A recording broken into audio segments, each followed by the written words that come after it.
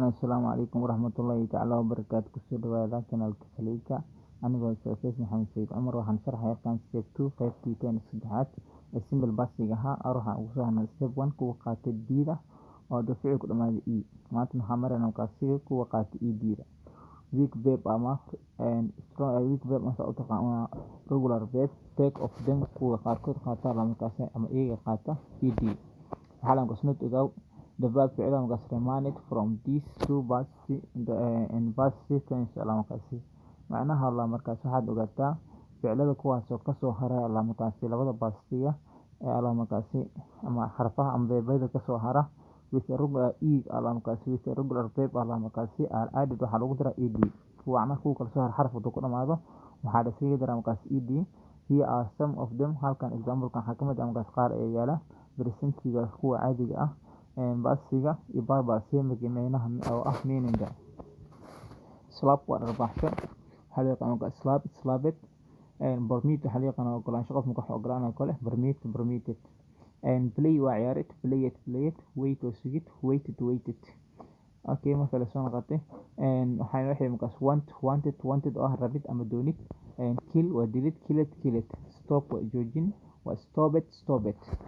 waxayna wixii marka listen oo dhageysta listened attack oo ah weerarid attacked defend waa daafacid defended wash waa dhaqid washed explain waxa loo yaqaan waa sharxid explained waxayna wixii markaas need u baahnaansho ama rabis u taqaanid needed court loo yaqaan shukaansi ama maxkamadda u taqaanidba waa courted wish waa rajo waxay la mid tahay hobaa la mid ah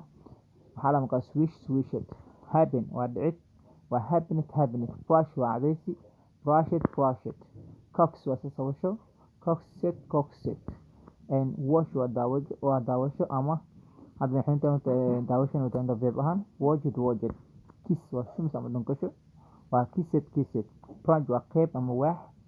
ama lines u taqaanid waa branched laugh waa qosol laughed express waxaa loo yaqaan waa sharxid expressed waxaan gudagelaynaa markaas for example ugu horeeya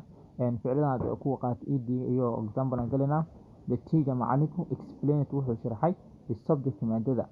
the boy wiilku kissed wuxuu shumiyey the girl gabadhu waa markaas in our village xaafadeena gabadha xaafadeena wiilku waxa uu shumiyey gabadha xaafadeena ayuu shumiyey my grandmother markaas ayeeyda brushed waxay cadaysay his teeth markaas haala meeshaas haatiis waa ilkaheeda ay cadaysay and some girl is laughed my wife gabdha qaar ayaa waxay ku qosleen xaaskeyga best student caawiye arday wanaagsan iskuulka caawiye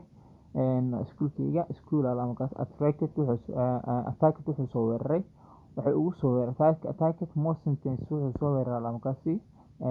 attacked wuxuu ugu soo weeraray more sentence jumlad aad u fara badan qaabkee loogu dhigaa markaas for example qaabka sida loogu dhigi karaa statementya questionka negative and negative questionka okay the boy wiilku kissed wuxuu shumiyey ama dhunkaday the girl gabadhu in our village xaafadeena hadal iska caadi wax lagu sheego aan wax kale ka sugin marka sidee su'aal loogu dhigaa marka meesha amaanayso dida amaanayso meesha ag baxay dida baxayso marka dida baxayso did the boy wiilku kiss me shumiyey the girl gabadhu in our village xaafadeena sidee loo dhigaa markaas negative-ka waxaa la markaas the boy wiilku did not kiss me shumin the girl gabadhu in our village xaafadeena next question sida loogu dhigaa su'aal idmo did not the girl did not the boy wiilku miyuusan markaas kiss shuminin the girl markaas in our village xaafada gabadha xaafadeena ma shuminin miya markaas wiilka